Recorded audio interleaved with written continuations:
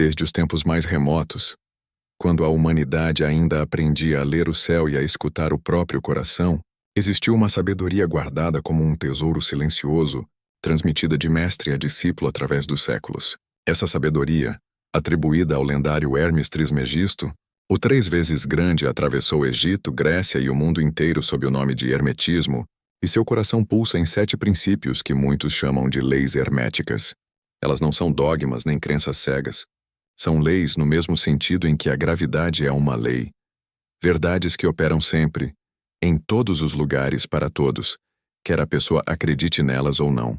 Compreendê-las é abrir uma porta interior que poucos encontram, porque quem as entende de verdade começa a enxergar o mundo, não como um amontoado de acasos, mas como um tecido perfeito, costurado por fios invisíveis que ligam todas as coisas.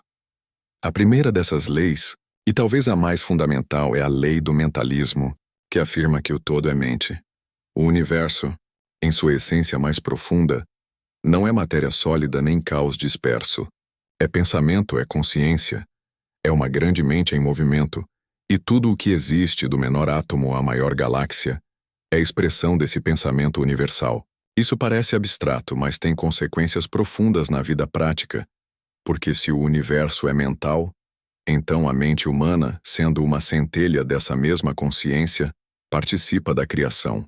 Você não é apenas um observador passivo da realidade. Você é um co-criador. E aquilo que pensa com insistência, sente com intensidade e repete com fé, vai, aos poucos, moldando a sua experiência. Não se trata de mágica barata nem de negar a realidade dura. Trata-se de reconhecer que o pensamento é a semente e que toda colheita começa sempre no campo invisível da mente. Quem domina essa lei entende que mudar a si mesmo é o primeiro e mais poderoso passo para mudar o mundo ao redor. A segunda lei é a da correspondência, e ela se resume numa frase célebre: o que está em cima é como o que está embaixo, e o que está embaixo é como o que está em cima. Essa lei ensina que existe uma harmonia entre os planos, que o macrocosmo e o microcosmo se espelham, que o universo grande se reflete no universo pequeno, e que o universo pequeno, que é você, se reflete no universo grande. O mesmo padrão que rege os planetas em suas órbitas, rege os pensamentos em suas trajetórias. O mesmo ritmo que move as estações move as fases da sua vida. A mesma lógica que organiza uma célula organiza uma sociedade.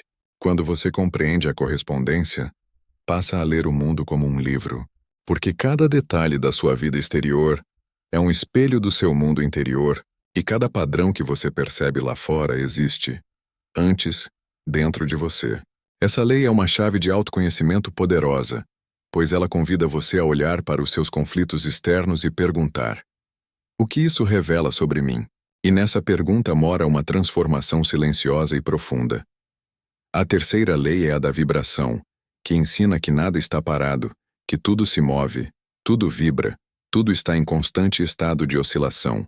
Desde a matéria mais densa até a energia mais sutil, tudo é movimento. E a diferença entre as coisas não está na sua essência, mas na velocidade e na frequência de sua vibração.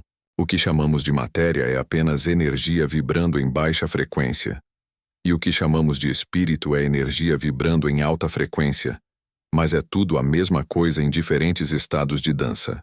Essa lei tem um ensinamento transformador.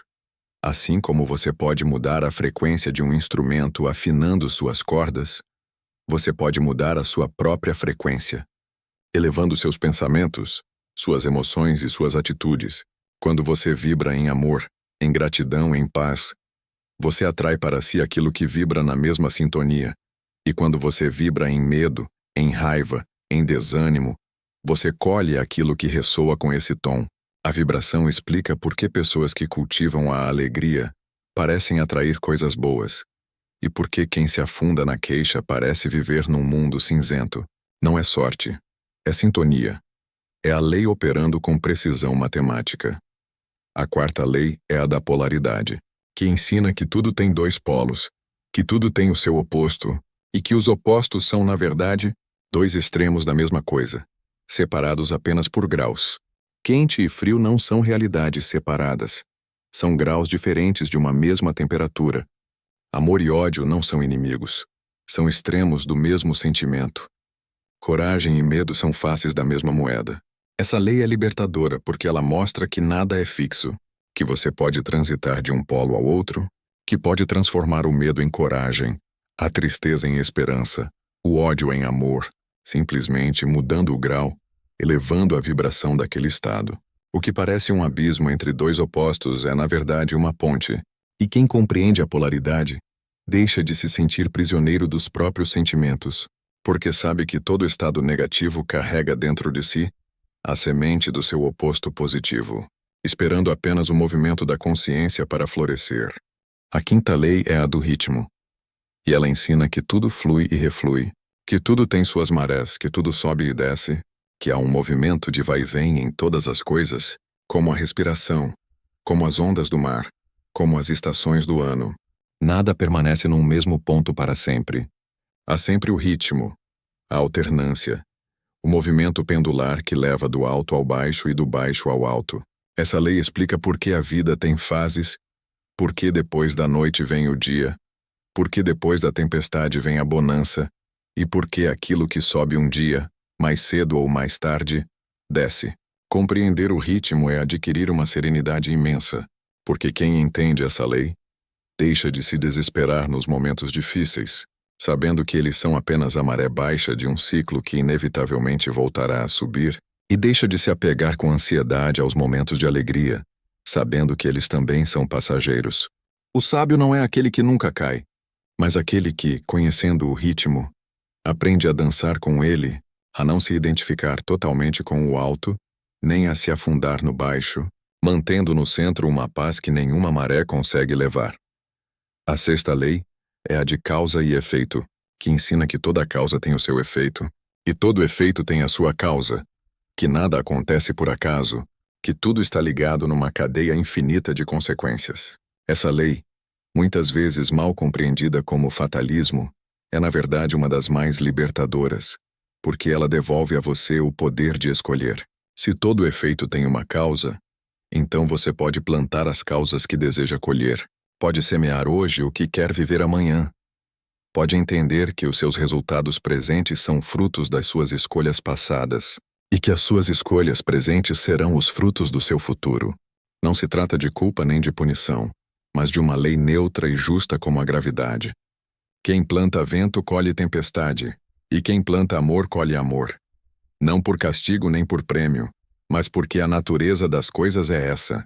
Compreender causa e efeito é assumir a autoria da própria vida, é deixar de se ver como vítima das circunstâncias e passar a se ver como jardineiro do próprio destino, sabendo que cada pensamento, cada palavra e cada ação é uma semente lançada ao solo do universo. A sétima lei é a do gênero, que ensina que tudo tem o seu princípio masculino e o seu princípio feminino, que toda a criação nasce do encontro desses dois polos, que o gênero está em tudo, não apenas no corpo, mas na mente, na alma, no próprio universo. O princípio masculino é o impulso, a ação, a direção, o fogo que projeta. O princípio feminino é a receptividade, a intuição, a gestação, a água que acolhe e dá forma. Nenhum dos dois é superior. Eles são complementares. E toda criação verdadeira, seja um filho, seja uma obra, seja uma ideia, nasce do casamento sagrado entre esses dois princípios, dentro e fora de cada ser. Compreender o gênero é aprender a equilibrar dentro de si a força e a doçura, a ação e a escuta, a vontade e a intuição, porque o ser humano completo é aquele que integra os dois polos e com eles, torna-se capaz de criar em harmonia com o universo. E aqui chegamos ao coração de tudo, porque essas 7 leis, por mais profundas que sejam, não foram dadas para serem apenas conhecidas, mas para serem vividas e vividas com amor. De nada adianta dominar o mentalismo, a vibração, a polaridade, se o coração permanecer fechado, porque as leis são ferramentas, e a ferramenta só serve a um propósito quando está nas mãos de quem ama. O amor é a energia que dá sentido a tudo. É a força que une os opostos, que eleva a vibração, que transforma o efeito em bênção, que harmoniza o ritmo, que faz da correspondência um espelho de compaixão. Quando você compreende as leis e as une ao amor, deixa de usá-las para benefício egoísta e passa a usá-las para servir, para curar, para iluminar, e é aí que elas revelam todo o seu poder. Há, ainda, um passo final nessa jornada que é a união do ego com a centelha divina. O ego, essa voz que quer controlar, que teme, que compete, que se agarra à ilusão da separação, precisa ser compreendido, não destruído, porque ele é o instrumento que você usa no mundo. Mas quando o ego se rende e se alinha à centelha divina que habita em você, quando a pequena vontade se curva à grande vontade, quando a mente individual se harmoniza com a mente universal, então você deixa de ser um fragmento perdido e se torna um canal consciente da criação. É nessa união que nasce o verdadeiro poder, porque não é mais você, pequeno e limitado, que age, mas algo maior que age através de você. E é nesse estado que as 7 leis deixam de ser teoria e se tornam a sua própria natureza. E quando tudo isso se encontra, as leis, o amor e a união do ego com a centelha divina, algo extraordinário acontece. Você passa a fazer o bem em larga escala, não o bem tímido e ocasional, mas o bem que transborda, que toca vidas sem que você precise anunciar, que transforma o ambiente onde você está, que inspira, que cura, que eleva. Porque quem vive as leis com amor, não guarda a sabedoria para si, mas a irradia, e cada pessoa que você toca, cada palavra que você pronuncia, cada atitude que você toma, torna-se uma onda que se espalha pelo tecido do universo, alcançando lugares que você nunca verá. Essa é a grandeza do caminho hermético. Ele começa no silêncio da sua própria mente, passa pelo equilíbrio do seu coração e termina na transformação do mundo.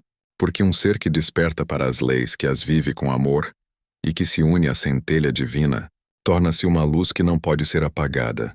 E essa luz, espalhada em larga escala, é a maior obra que uma alma pode realizar. Assim é. Quer dar um verdadeiro salto quântico na sua evolução espiritual e aprender a transformar suas sombras em luz? Eu preparei o e-book Despertar do Espírito, um guia direto e profundo para você ativar sua divindade interior e fluir com o universo em paz e abundância. O link de acesso está aqui embaixo na descrição. Toque agora, garanta o seu exemplar e comece a sua transformação.